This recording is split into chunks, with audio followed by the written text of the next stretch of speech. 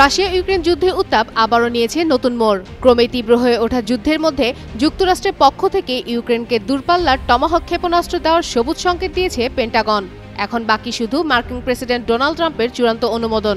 প্রশ্ন উঠেছে, রুশ প্রেসিডেন্ট ভ্লাদিমির পুতিনের চাপের মুখে ট্রাম্প কি শেষ পর্যন্ত এই সিদ্ধান্তে স্বাক্ষর করবেন? দীর্ঘদিন ধরেই কিয়েভ টমাহক ক্রুজ মিসাইলের জন্য ওয়াশিংটনের দ্বারস্থ ছিল। প্রায় 1000 মাইল দূরের লক্ষ্যবস্তুতে আঘাত হানতে সক্ষম এই ক্ষেপণাস্ত্র রাশিয়ার গভীরে অবস্থিত তেল ও জ্বালানি স্থাপনাগুলোতে হামলার ক্ষেত্রে এটি বড় ভূমিকা রাখতে পারে। পেন্টাগনের মূল্যায়ন অনুযায়ী এই অস্ত্র সরবরাহে যুক্তরাষ্ট্রের নিজস্ব অস্ত্র ভাণ্ডারে কোনো প্রভাব পড়বে না।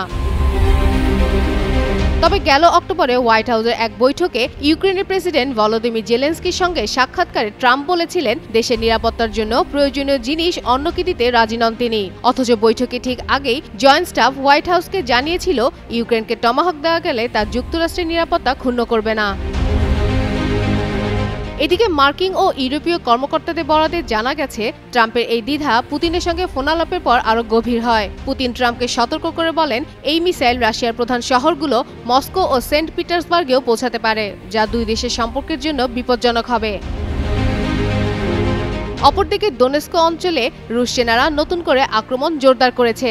ইউক্রেনও বসে নেই, গোপন ঘাঁটিতে তৈরি করছে নতুন প্রজন্মের ড্রোন, যা রাশিয়ার ভেতরে গভীর লক্ষ্যবস্তুতে হামলা চালাতে সক্ষম। জাতিসংঘের হিসাব বলছে, 2025 সালে এখন পর্যন্ত ইউক্রেনে বেসামরিক হতাহতের সংখ্যা গত বছরের তুলনায় 30% বেড়েছে। যুদ্ধের এই ভয়াবহতার মধ্যেই ট্রাম্পের সিদ্ধান্তের দিকে তাকিয়ে আছে কিয়েভ। টমাহক পাবে কিনা সেটাই এখন বড় প্রশ্ন হয়ে দাঁড়িয়েছে।